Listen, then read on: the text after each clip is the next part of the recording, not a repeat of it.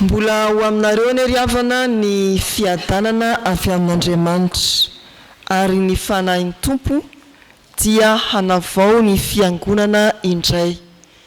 Miarahaba indrindra ny mpiara-miasa eo anivon'ny fitoerana fitsaboana, ireo sakaiza sy mpanohana izany asa izany, ary tsy manadino manonona ny famindrampon'ny Tompo ho an'ny mpisehatra rehetra eo anivon'ny fahasalamana ato anatin'ity fiangonana ity. Haloanantsika ny Exodus 5:30, andininy 30 hatramin'ny 5:30. Exodus 5:30, ny andininy 30 hatramin'ny 5:30 zay efa novakina tamintsika nandritra ny famakina ny soratra masina teo. Ny Exodus 5:30 ry havana dia mampiditra antsika amin'ny fizarana farany ao anatin'ny boky ny Exodus, izay manambara sy milaza indrindra ny amin'ny nanorenana ny tabernakely. Ny tabernakely dia toerana izay andraisany zanak'Israely ny toromarik'Andriamanitra amin'ny anohizany ny lalana mizotra ho any amin'ny tany Kanana na mbola hijanonany sy atony kely. Rehefa saron-drahona ny tabernakely dia miato ny dian'ny zanak'Israely. Rehefa miainga indray ny rahona dia milazany fa manomana ny diany hiainga hanohy ny lalany ho any amin'ny tany Kanana ny zanak'Israely. Naorina ny tabernakely talohan'ny fanorenana dia nantsona mba handray anjara avokoa ny fiangonan'Andriamanitra na ny zanak'Israely. Ary eo amin'ny toko 130, andininy 1 hatramin'ny 9 indrindra dia misy filazana fa nihoatra noho izay nilaina no voangona avy amin'ny zanak'Israely nanome an-tsitrapo sy tampitiavana izy ireo. Rehefa voangona ary ny fitaovana dia nampatsivony Mosesy kosa fa niantso olona Andriamanitra Bezalila nombany Oholiaba, izay teknisiana hisahana ny fandrafetana ny hazo sy ny vato sarobidy mandrafitra ny tabernakely. Amin'izao perikopa izao ry havana dia tsinjotsika fa misy dingana 3 izay soritan'Andriamanitra mba hizorany fiangonana ahazony manavao ny fiainan'ny fiangonana. Ny dingana 1 dia ny fiantsoana, ny dingana 2 dia ny fanomezana ny fanahy, ary ny 3 dia fanendrena hanao ny asa. Miantsolona Andriamanitra akoatra ny fiantsona ny vahoaka tsy ankanavaka mba hanolotra sy hanome, dia indro izy miantso an'izany atao hoe Bezalila ary manendry any Oholiaba mba hitantana ny lafiny teknika amin'ny asa. Voasoratra mazava eo amin'ny andininy 30 ny mombamomba ny Bezalila, ary eo amin'ny andininy 430 ny momba ny Oholiaba. Izy ireo ny anarany, ny ray aman-dreniny, ny fokom-pirenena na ny firenena ny aviany. Inona moa ny antony anoritana izany eo amin'ny tantarany fiantsonany reto teknisianina anankiroa ireto?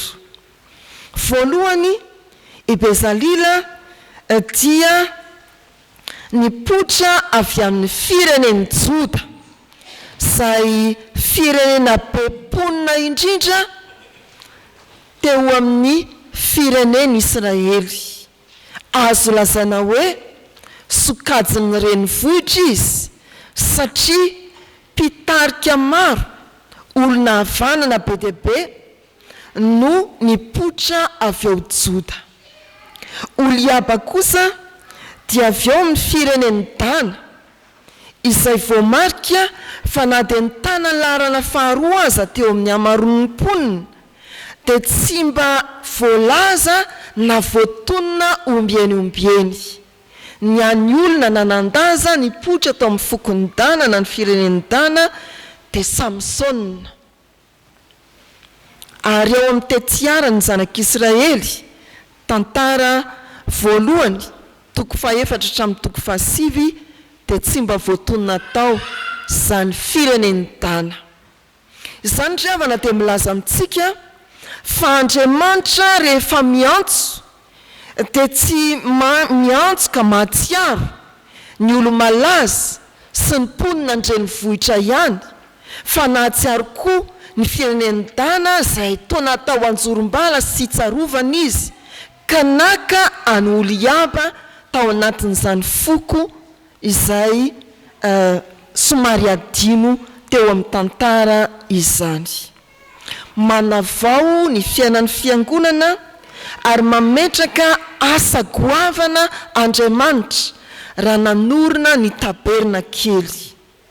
Voalazan'ny mpandinika fa tany amin'ny taona 500 talohan'i Kristy nanorenana ny taberna kely ary manodidina ny 500 tapitrisa sy 2 lavitrisa ny sandany zany fanorenana izany. Dia mahagaga ry havana fa nantsona ny vahoakan'Andriamanitra tsy hakanavaka andray anjara nazahoana mihoatra no ilaina. Navana i Bezalila sy Oholiba mba ho teknisianina hitarika ny asa, tsy hoe Bezalila tandrenivohitra ihany fa ny ray tamin'ny fokony Dana izay tsy mitsinona koa. Te hanavao ny fiangonana Andriamanitra ary tondra ny fiangonana hanao ainga vaovao androso bebe koa amin'ny fanompona azy. Etsena isika fiangonana tsy hankanavaka mba hampiasa ny talentantsika hanolotra ny fanomezam-pahasoavana izay efa nahidin'Andriamanitra ampimizara ao anatintsika mba haninona ho fampandrosoana ny fiangonana. Raha amin'ity ity dia ho ainga indray ho amin'ny sehitry ny fitsaboana eto amin'ny fiangonana. Nahoana moa ataovy tanteraka amintsika izay vitany zanak'Israely nanolotra tsy antery fa tampitiavana ary nazahoana mihoatra lavitra no izay ilaina. Nanolotra tsy antery ampitiavana ary nazahoana mihoatra lavitra no izay ilaina. Tamin'io ny tantara dia manao hoe okizay rehefa efa be dia be ny voangona. Mankasitraka an'Andriamanitra isika no ny fahafahantsika mamaly ny antsony ka alorantsika ny tenantsika ho sakaiza na mpanohana ny ivotoeram-pitsaboana. Mankasitraka an'Andriamanitra isika raha isan'izay nantsony ho teknisianina hitantana izany asa izany. Nantsona eo amin'ny fitantanana ho mpiara-mikatroka eo amin'ny fikarakarana ny fahasalaman'ny olona manatona ao amin'ny toeram-pitsaboana. Fa izay mbola tsy ao anatin'izany re, izay mbola tsy nandray anjara ny amin'izany atao hoe sehitry ny fitsaboana sahan'ny fiangonana dia taiza ianao ary aiza ianao amin'izao fotoana izao. Tovony sy ampio ny sakaiza sy ny mpanohana. Hevery izay azonao mandray anjara ao anatin'izany toeram-pitsaboana izany. Fantsona amin'izany isika raha natokana itony fotoana itony mba hahatsiarovana ny asan'Andriamanitra sahantsika eo amin'ny lafiny fitsaboana. hanavao Andriamanitra, hanavao amin'ny alalan'ny fanainy, isika no antsoina ho mpiara-miasa aminy, hitondra fanavaozana. Fa eo amin'ny andininy faharoa amby telopolo sy ny fahatelo amby telopolo dia voalaza mazava fa ilay olona manokana teknisiana Bezalila hitarika ny asa fandrafetana amin'ny hazo sy ireo vato sarobidy dia nofenoan'Andriamanitra ny fanainy ka nanam-pahendrena na iratsaina ary feno fahalalana. Tsy hoe nandeha irery izy araka ny voalaza teo fa nombany mpiara-miasa dia olo iaba, fa tsy nijanona teo izany asan'ny fanain'Andriamanitra manavao izany, fa izy mirahalahy ireo taranaki Joda sy taranaki Dana dia nampianatra napita ny fahalalany tamin'ny manodidina ka nazahoana olona maro feno fahendrena sy fahiran-tantsaina hanao ny asa. Eny amin'ny toko fahaenina amby telopolo andininy voalohany no misy filazana fa nanampy an'ireo mirahalahy ireo olona hafa nanam-pahendrena sy naharan-tsaina hanatanteraka ny asa. Manavao ny fanahy, ary amin'ny alalan'ny fanahy anovoza mpahiran-tantsaina sy fahalalana ary fahendrena no isehony ny fanavaozana entin'Andriamanitra amin'ny alalan'ny fanahy eto. Ry havana malala rehetra amin'ny tompo,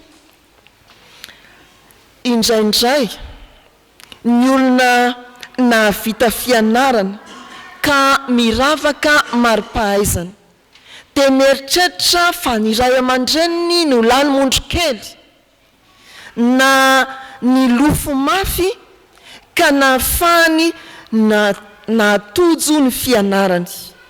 Ny sasany sy ny hafa dia mihevitra fa izy dia niavaka tao anatin'ny rehetra ka niezaka izay nataony sy ny fahiran-tantsaina izay fa azy raha teo no nahatonga azy havita ny fianarany ka hanana andraikitra arak'izay raisiny eo amin'ny fiarahamonina. Dia adino sy mipetrapetraka ny fahasoavan'Andriamanitra, tena tsy tsaroana fa manana anjara eo mifampandrosoana ny fiangonana ireny karazan'olona manokana ireny. Ity soratra masina ity ry havana dia mampahatsiahantsika vahoakan'Andriamanitra, mampahatsiahantsika zanak'Andriamanitra sy zandriny Jesosy Kristy fa ay ny fahalalana, ny fahendrena, ny fahiran-tantsaina izay ahazoantsika miatrika ny fiainantsika andavanandro na mbola mianatra isika na eo am-perinasa dia tsy avy amintsika velively na vokatry ny fisasaran'ireo ray aman-dreny na vita nampianatra sy nandosa ara-pianarana, fa ny fototra izany dia ny fanomezan'Andriamanitra ny fanahy, manavao ny fahiran-tantsaina ho isan'andro, manome fahalalana sy fahendrena mandrakariva. Ko amin'izany atombohy aty amin'ny fiangonana ny fampiasanao, ny fahaizana mampahalalanao, na mpampianatra ianao, na mpitsabo ianao, na mpahay asa tanana ianao, na inona asanao, atombohy aty amin'ny fiangonana. Fa fanahin'Andriamanitra no nampisy fahiran-tantsaina, fanahin'Andriamanitra no nanananao fahalalana sy nanovozanao fahendrena aty am-piangonana vao ho any amin'ny fiarahamonina.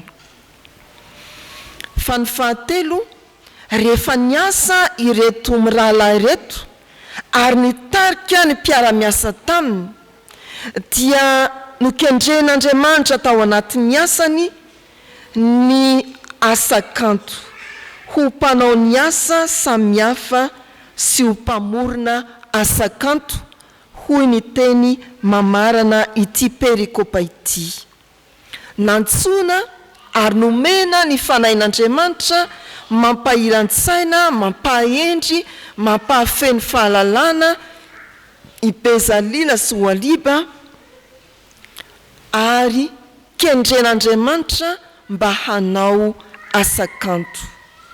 Hoy ny bokin'ny Efesianina, asany isika voaforona tao amin'ny Kristy Jesoa mba hanao asa tsara. Eo amin'ny sehatra ny fiarahamonina ry havana, indraindray ny olona miavaka amin'ny fahaizana mampahalalana na miavaka amin'ny asa vitany dia manafina na miazona ho azy samy rery ny teknika ny fahombiazany. Fa ao amin'ny sehatry ny fanjakan'Andriamanitra aty amin'ny fiangonana dia tairina sy foazana isika mba hizara ny antony fahombiazana, mba hizara ny fahaiza-manao izay nomen'Andriamanitra anao. Tsy amianao anao samy rery izay antoko ny fahombiazanao, fa hizara zany kosa amin'ny hafa.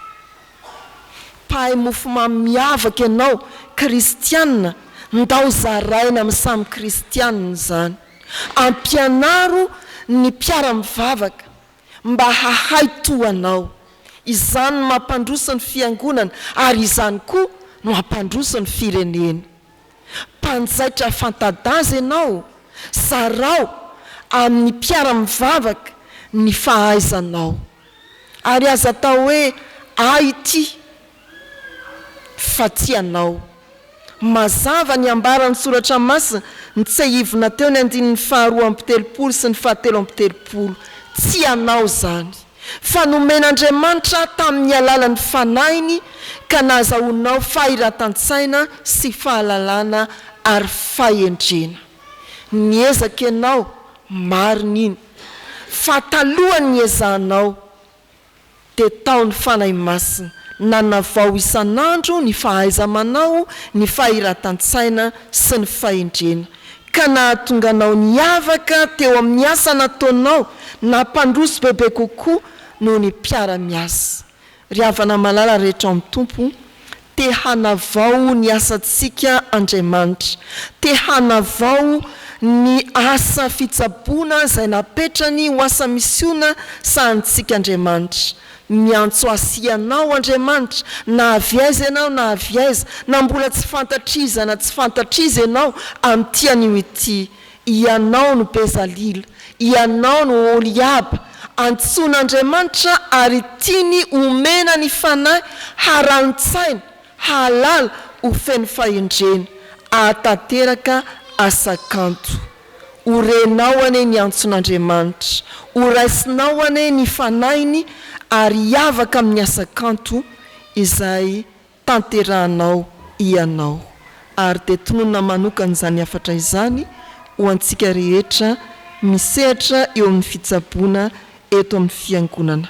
Miantso anao Andriamanitra manome ny fanahy masina ary mametraka anao hanana akingana hanome fahasalamana tsaratsara kokoa noho ny hafa, mihoatra amin'izay sehatra ny fitsaboana any ivelan'izao fiangonana izao.